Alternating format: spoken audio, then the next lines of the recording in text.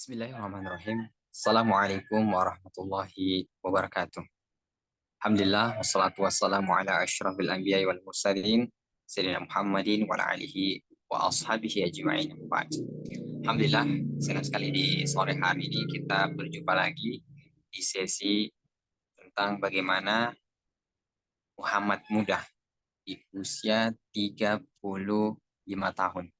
Alhamdulillah, pertemuan yang lalu kita sudah membahas bagaimana Rasulullah SAW di usia 25 tahun menikah, kemudian menjadi pemimpin keluarga.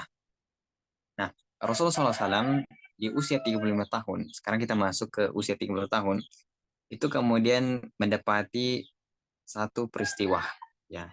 Dan peristiwa inilah yang kemudian menjadi jalan cerita hidup Rasulullah SAW.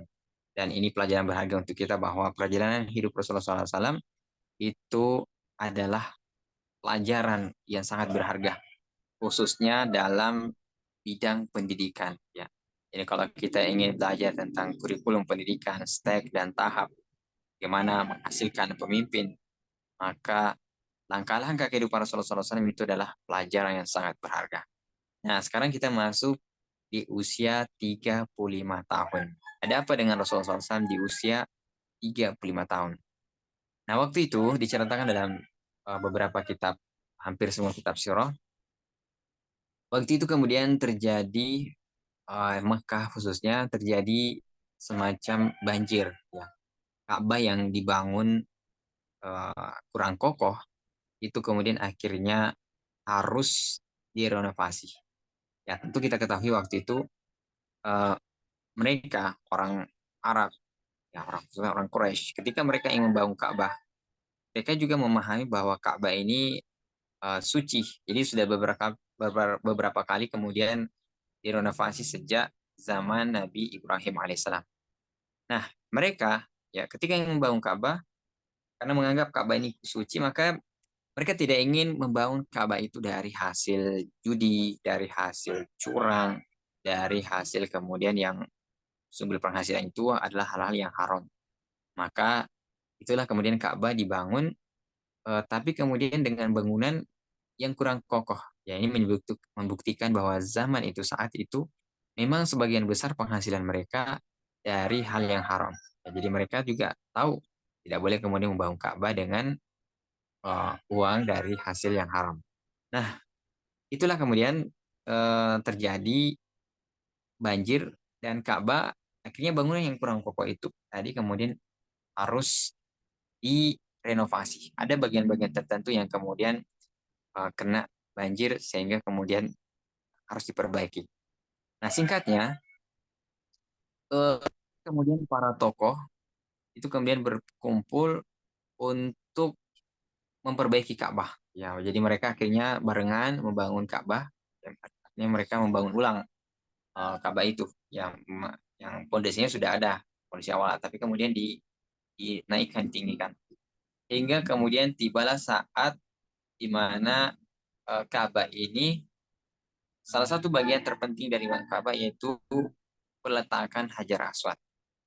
Ketika kemudian sampai ini diletakkan Hajar Aswad, maka seluruh kepala kabilah, ya kepala suku, itu kemudian ingin menjadi bagian yang meletakkan Hajar Aswad. Barat ini kalau kita bangun bangunan, maka sekarang giliran untuk gunting pita. Ya, jadi ini acara yang sangat sakral istilahnya, yang paling inti dari penggunaan Ka'bah itu. Maka setiap kalau suku mengatakan kami, suku kami, ya mulai dari Bani Mahzum, Bani Taim, ya semua kepala-kepala suku itu kemudian merasa berhak, merasa ber, merasa ingin berjasa meletakkan Jaraswat. Sampai-sampai waktu itu kemudian mereka hampir-hampir saja, ya ada di antara mereka mengatakan, kalau gitu kita kita perang aja, ya kita lihat aja siapa yang menang, dia yang akan meletakkan. Ya akhirnya ya salah satu yang tokoh mereka namanya Abu Umayyah bin Mughirah itu kemudian mengusulkan, ya jangan kita perang, bahaya kalau kita perang. Nanti kalau perang akhirnya kondisi Mekah nggak kondusif. Orang-orang yang mau datang untuk berdagang atau berhaji, ya mungkin mereka akan mengatakan maka nggak kondusif, mereka nggak jadi datang. Nah, nggak boleh ini terjadi. Maka Abu Umayyah Al-Mughirah ini itu kemudian mengusulkan. Dia mengatakan begini, waktu itu ada yang menyebut siang hari. Dia mengatakan, bagaimana kalau kita tunggu aja. Kita tunggu siapa orang yang pertama kali datang nanti ini. Kita lagi nunggu semua ini kepala suku. Nah, itu kita angkat sebagai orang yang memimpin pelatakan hari jasad. Kata mereka, oh ya, baiklah. Ya, ibaratnya inilah win-win solution. Ya, ini solusi yang bisa untuk diterima semuanya. Maka mereka menunggu sehingga ini bukan apa nih, bukan kebetulan, tapi Allah yang menakdirkan. Ternyata orang yang pertama datang ketika mereka menunggu itu adalah Muhammad muda yang berusia 35 tahun. Ketika Muhammad datang muncul, maka kata Mughirah, bagaimana pendapat kalian? Sontak kemudian mereka mengatakan, Rodina, Rodina, kami ridho, ya, kami rela. Hazal Amin, ini adalah orang yang paling terpercaya di kalangan kita. Masya Allah. Jadi Rasulullah SAW kemudian dipercaya. Ya maka mereka kemudian mengatakan, ya kami sudah ridho. Inilah orang yang kita anggap sebagai pemimpin untuk meletakkan Hajar Aswad. Nah Rasulullah SAW waktu itu ketika datang, akhirnya kemudian dinobatkan untuk memimpin peletakan Hajar Aswad. Nah Rasulullah SAW melihat bahwa semua kepala suku ini sebenarnya punya keinginan untuk meletakkan. Maka kata Rasulullah SAW, kalau begitu coba ambilkan saya kain. Kemudian setiap perwakilan kepala suku, ya, mari masing-masing memegang ujung kain ini. Kemudian nanti saya akan arahkan untuk meletakkan, ya, batunya ini ditaruh di atas kain. Kemudian nanti saya akan mengarahkan untuk meletakkan. Masya Allah. Dan akhirnya kemudian mereka sama-sama mengangkat batu Hajar Aswad tadi dengan sambil memegang masing-masing ujung kain dari setiap kepala suku. Dan Masya Allah, akhirnya kemudian peletakan Hajar Aswad itu berhasil dan sukses. Dan semua kepala suku kemudian akhirnya merasa kamilah yang kemudian meletakkan. Jadi bukan hanya Rasulullah SAW. Nah, disinilah kita pelajaran yang bisa kita ambil bahwa Rasulullah SAW sebagai pemimpin yang kemudian dikenal, ya, di masyarakatnya, ternyata kemudian mengetahui, ya, beliau menyentuh bahwa orang itu, ya, eh, atau manusia secara umum itu punya dua kecenderungan dasar. Pertama adalah manusia itu ingin dianggap ada. Rasulullah mengatakan, oh ya, ini ada kepala suku, dianggap ada. Yang kedua adalah orang itu ingin dihargai. Ya, maka ini pelajaran untuk kita. Kalau kita menjadi pemimpin, maka dimanapun kita berada, coba kita melihat siapa yang kita pimpin. Selalu lihat dua tadi. Manusia itu selalu dua kebutuhannya. Ingin dianggap ada, ingin dihargai. Ya, jadi manusia itu sekali lagi selalu ingin kemudian dianggap ada. Ya, nggak ada orang yang yang hanya dianggap sebelah mata. Dia ingin dianggap ada. Makanya ini pelajaran untuk kita juga. Kalau kita kemudian melihat ada suatu kondisi seperti Rasulullah SAW tadi, beliau melihat bahwa kepala suku ini masing-masing ingin dihormati, dihargai, ini dianggap ada. Maka ketika Rasulullah SAW melibatkan semuanya dalam satu kerja, satu proyek yang luar biasa ini, maka seluruh kabilah, Bani Bani Mughirah, Bani Taim, Bani Adi, ya, Bani Umayyah, itu akhirnya merasa mereka dihargai, mereka dianggap ada. Maka di sini juga pelajaran yang bisa kita ambil bahwa kita ini ketika menghadiri suatu kegiatan atau kita memimpin satu lembaga ormas, maka kita harus melihat siapa orang-orang penting di antara anggota kita. Kalau misalnya kita jadi apa ya, diminta untuk memberikan sambutan, maka penting kita menyebut. Makanya kenapa sambutan itu kadang-kadang lama, harus yang kami hormati, yang kami muliakan. Ini sekali lagi termasuk, ya, apa namanya, representasi dari pengejauhan dari pelajaran yang kita ambil ini, bahwa memang manusia itu ingin dianggap ada. Ya, maka kita juga harus tahu kalau kita ingin dihargai, maka hargai juga orang lain. Ya, penting kita menyebut. Kalau ada di situ tokoh, ada tokoh masyarakat, kalau kita di kampus, kita kalau ada di situ rektor misalnya, ada dosen, ya, ada kepala jurusan, penting kita menyebut, oh, menganggap bahwa mereka ini ada, ya. Maka ini juga bisa kita ambil bahwa kita dalam masyarakat Bugis itu ada namanya Mapatabe. ya mapatabe. Jadi kalau kita kita mendatangi satu tempat, maka penting kita tadi mapatabe. Misalnya kita pergi KKN ke satu desa, maka penting kita itu sebelum masuk menjalankan kita program, kita minta izin dulu ke kepala desanya, ke kepala RT, kepala dusun. Ya ibaratnya mapatabe. Ya kita minta izin, kami ini mau KKN. Ya izin beberapa hari kami akan melakukan ini. Ya, insya Allah kalau kita menyampaikan seperti ini, orang akan merasa, oh kita dihargai nih, kita dianggap. Ada toko di situ. Ya, sama juga kalau kita pergi berdakwah nantinya misalnya. Kita pergi ke suatu tempat. Nah, penting kita menyebut siapa orang penting toko di tempat itu. Ya, supaya kita kemudian juga dihargai. Ya, jadi kalau kita ingin menghargai orang lain, mulailah menghargai juga orang lain. Jadi ini tadi mapatabe.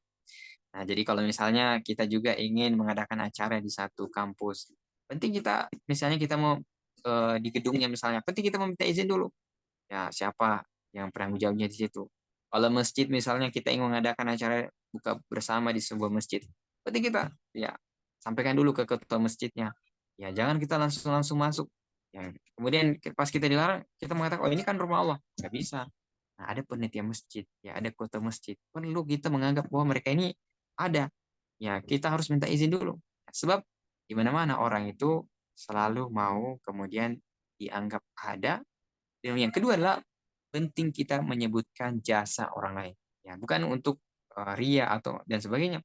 Tapi ini merupakan sudah menjadi kecenderungan manusia bahwa kita ini manusia memang ini dihargai. Ya, jadi kalau misalnya kita ini dalam organisasi, ketika kita diberikan amanah untuk melanjutkan kepemimpinan, maka penting, ya, tidak mengapa kita sebutkan, oh pemimpin atau ketua sebelumnya ini jasanya seperti ini, dan kami apresiasi, dan kami insya Allah akan melanjutkan beberapa programnya. Nah itu Masya Allah. Jadi orang sebelumnya itu kita marah, oh, ternyata ada orang yang melanjutkan. Sama juga kalau misalnya kita ini diangkat menjadi rektor, ya menjadi pimpinan kampus, maka penting kita menyebut, oh pemimpin sebelumnya begini, nah, jasa-jasanya seperti ini. Ya ada loh orang sebelum saya ini yang memimpin. Supaya apa? Orang yang sebelum kita juga itu akan merasa, oh ternyata ada orang yang ingin melanjutkan perjuangan saya. Dan dia kemungkinan besar akan mendukung kita. Tapi coba kalau sebaliknya, kita tidak, bahkan kita mungkin ibaratnya mengolok-olok atau dan sebagainya, maka bisa jadi orang sebelum kita, pemimpin sebelum kita, yang mengatakan ini nggak beres, ini orang yang melanjutkan pemilihan saya. Nah mungkin dia bisa saja ya terjadi hal-hal yang tidak kita inginkan. Maka disinilah pelajaran berharga kita bahwa Rasulullah SAW kemudian menjadi pemimpin, diangkat, ya diakui oleh masyarakatnya. Salah satunya adalah kalau beliau belajar tentang apa kebutuhan dasar, kecenderungan hati manusia, yaitu ingin dianggap dan ingin dihargai jasa-jasanya. Maka ini panduan kita bagi kita semua yang akan menjadi pemimpin, para pemuda yang menjadi pemimpin di masa mendatang. Pelajarilah bagaimana misalnya psikologi dalam hal kepemimpinan. Pelajarilah bagaimana kondisi orang yang ingin kita pimpin. Intinya tadi sirah, ya panduan sejarah Rasulullah SAW seharusnya menjadi teladan kita yang terbaik. Nah, ala kulli hal, sekarang kita berada di usia 35 tahun. Rasulullah SAW mencapai apa yang disebut dengan social recognition. Ya, apa namanya? Kalau kita bisa terjemahkan, eh, penghargaan, ya, pengakuan dari masyarakatnya, ya, yang kemudian beliau diangkat menjadi pemimpin masyarakat. Nah, ini luar biasa.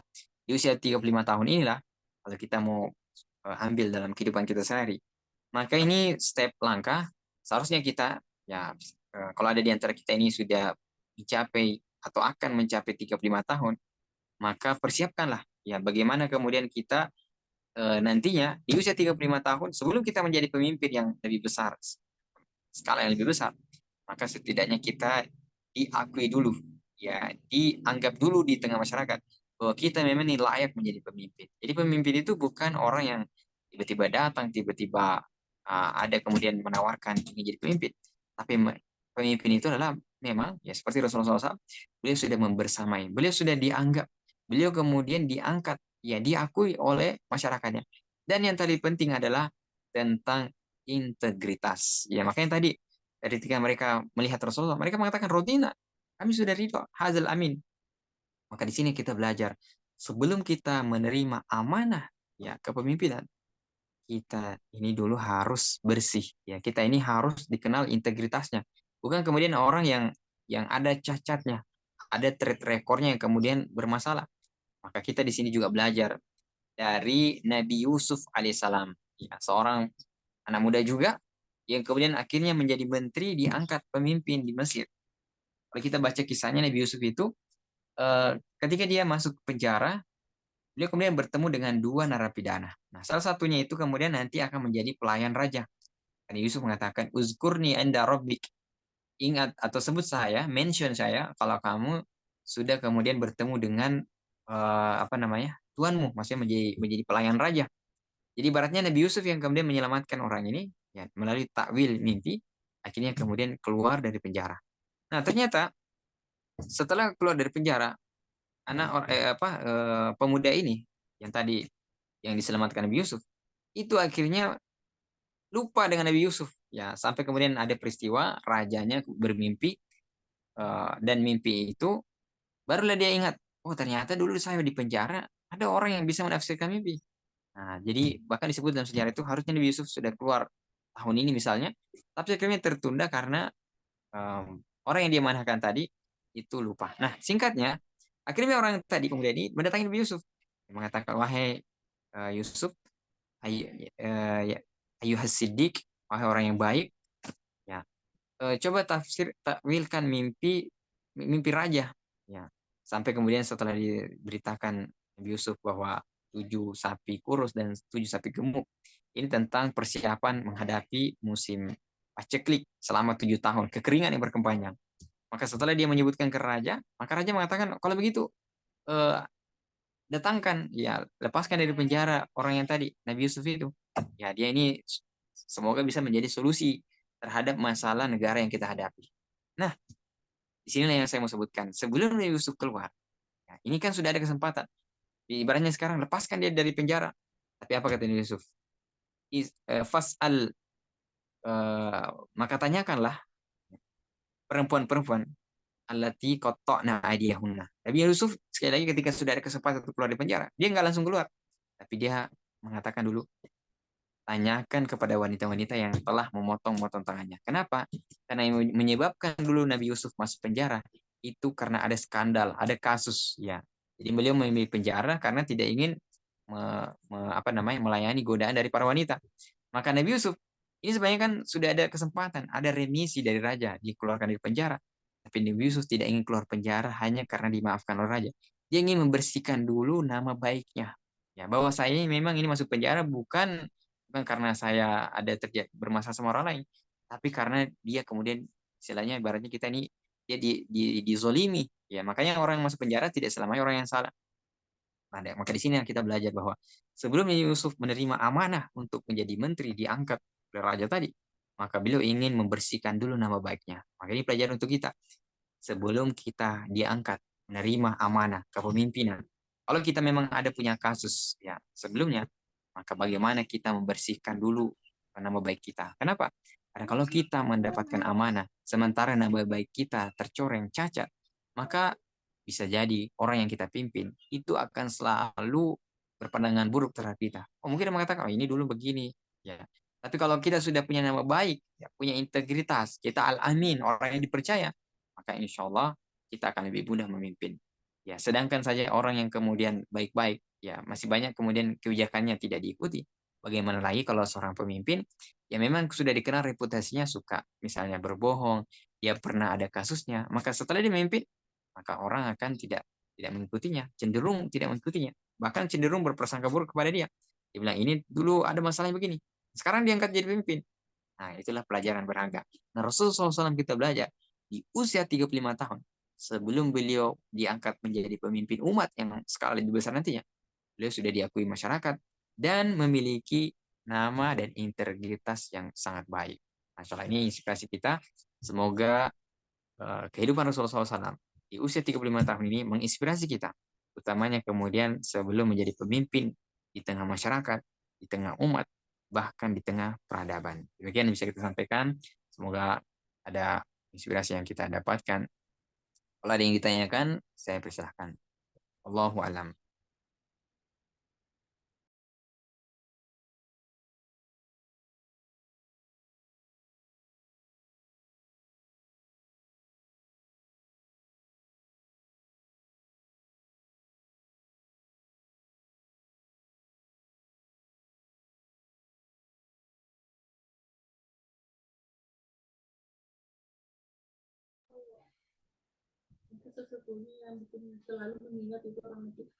Baiklah, kita memasuki sesi tanya jawab. Silakan yang ingin bertanya bisa melalui room chat atau menyalakan mic-nya. Ada pertanyaan, Ustaz. Assalamualaikum. Izin bertanya, Ustaz. Mohon maaf di luar tema. Bagaimana hukum bagi yang tidak berpuasa? Apakah hanya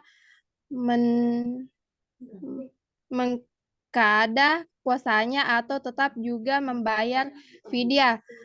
Satu, orang hamil atau wanita hamil atau menyusui. Dua, orang sakit. Tiga, petani, buruh, atau pekerja berat. Izin tambahan, bagaimana cara membayar fidyahnya? Terima kasih. Baik, syukur jazakallahu khair atas pertanyaannya. Ya, jadi ini tentang bagaimana orang yang tidak berpuasa, kemudian bagaimana mengganti atau mengkodok puasanya. Pertama, untuk wanita hamil atau menyusui, maka ini memang ada ikhtilaf para ulama. Ya, ada yang mengatakan kalau misalnya memang istilahnya berat dan dia mengkhawatirkan dari bayinya, ya ada berpendapat boleh dia mengkodok puasa di hari lain setelah Ramadan. Yang kedua, boleh juga dia fidyah. Tetapi kalau yang kami pilih pendapat, selama dia sebenarnya masih kuat, ya kemudian tidak juga setiap tahun hamil. Meskipun ada juga wanita yang bisa saja dia hamil tahun ini, tahun depan dia menyusui, maka kalau kami cenderung memilih pendapat tetap dia mengkodok, bukan fidyah. Nah, jadi kalau kami pilih pendapat. Nah, adapun kalau kita memilih pendapat yang kedua, juga boleh, ya ada juga dalilnya. Tapi ala kulihal, kalau kami cenderung memilih pendapat bahwa wanita hamil atau menyusui itu adalah mengkodok. Ya, jadi harus dia ganti di bulan-bulan yang lain. Ya, kalau misalnya dia misalnya tahun ini dia nggak puasa karena menyusui atau misalnya dia menyusui anaknya, kemudian dia nggak puasa karena takut akan kondisi bayinya, kemudian dia kan misalnya ada punya utang 5 puasa, kemudian datang lagi tahun depan, ternyata tahun depan dia hamil lagi. Nah, akhirnya kan bisa saja bertumpuk nih. Nah, tidak masalah. Ya, berarti dia bisa saja membayar lagi di tahun berikutnya. Nah, itu salah satu pendapat juga mengatakan seperti itu. Jadi, selama dia masih mampu, maka disarankan untuk mengkodok, ya langsung mengganti puasa. Kemudian yang kedua, bagi orang sakit ini ada hukum. Pertama, ada yang sakit memang istilahnya insidentil, ya tidak kemudian sakit yang menahun. Maka dalam hal ini dia wajib mengkodok, dia harus ganti, ya ketika dia sudah sehat. Nah, ada pun sakit yang kedua, kalau sakit yang menahun, istilahnya ya memang kemungkinan untuk sembuhnya itu kecil. Ya, seperti misalnya kalau dia sudah orang tua yang renta dan dia sakitnya sudah ya selalu sakit-sakitan, maka dia disarankan ya membayar fidyah, bukan mengkodok. Memang istilahnya karena tidak mampu lagi tenaganya. Jadi kalau yang sakit ini tinggal lihat tadi dua, apakah jenis sakitnya dia istilahnya masih ada peluang untuk sembuh dan dia bisa mengganti pada saat dia sehat, maka lebih baik dia mengganti. Nah, adapun kalau memang dia sakitnya itu tidak memungkinkan, tidak kuat lagi berpuasa, apalagi kalau sudah orang tua, maka disarankan untuk membayar fidyah. Kemudian yang ketiga, bagaimana dengan pekerja berat seperti petani? Maka dalam hal ini kalau yang seperti setahu kami itu dia tetap mengkodok, mengganti puasa, yang mengganti puasanya di hari-hari yang lain. Ya, kan istilahnya mungkin mengatakan "Oh, dia kan sepanjang tahu, maka bagaimana kemudian bisa menyelesaikan? Ya, ada satu waktu dia bisa mengkodok puasanya. Jadi ini tidak membayar fidyah, setahu kami ya, setahu kami. Nah, kemudian bagaimana cara membayar fidyah? Membayar fidyah ini tadi disesuaikan dengan eh, kebutuhan, ya makanan pokok yang dimakan. Jadi kalau misalnya dia makanan pokoknya jenis misalnya makanan A, misalnya beras atau misalnya jagung, ya maka dia mengeluarkan. Tapi ada juga berpendapat bahwa disesuaikan dengan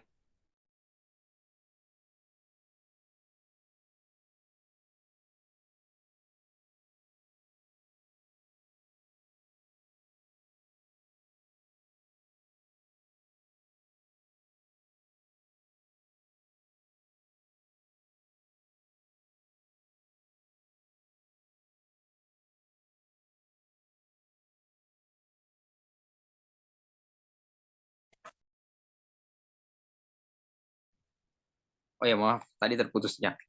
Lanjut, jadi tadi bagaimana cara membayar fidyah?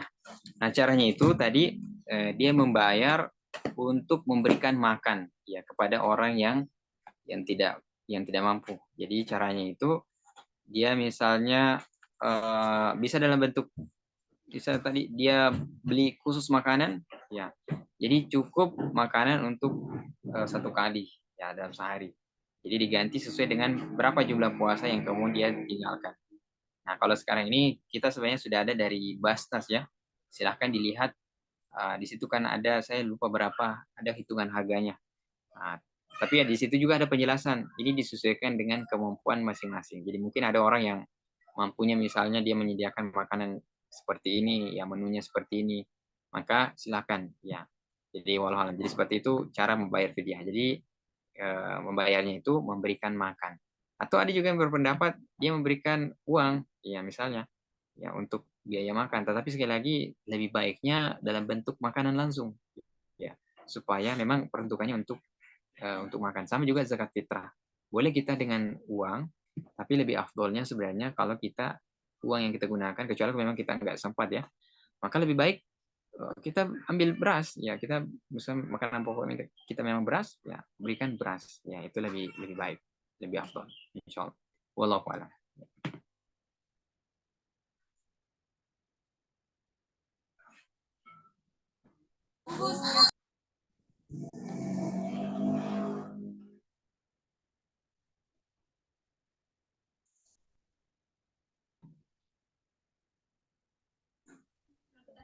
Baiklah, sempat masih ada pertanyaan bisa melalui via chat.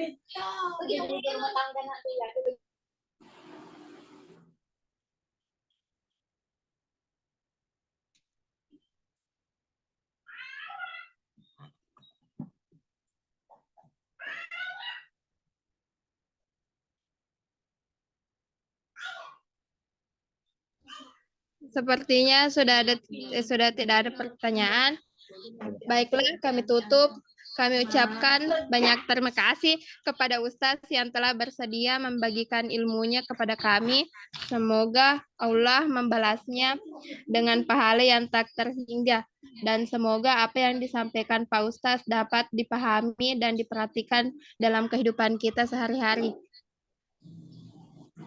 Kami tutup majelis hari ini dengan banyak-banyak beristighfar dan membaca doa kafaratul majelis. Subhanakallahumma wa bihamdika asyhadu an la ilaha illa anta astaghfiruka wa atubu ilaik. Wassalamualaikum warahmatullahi wabarakatuh. Waalaikumsalam warahmatullahi wabarakatuh.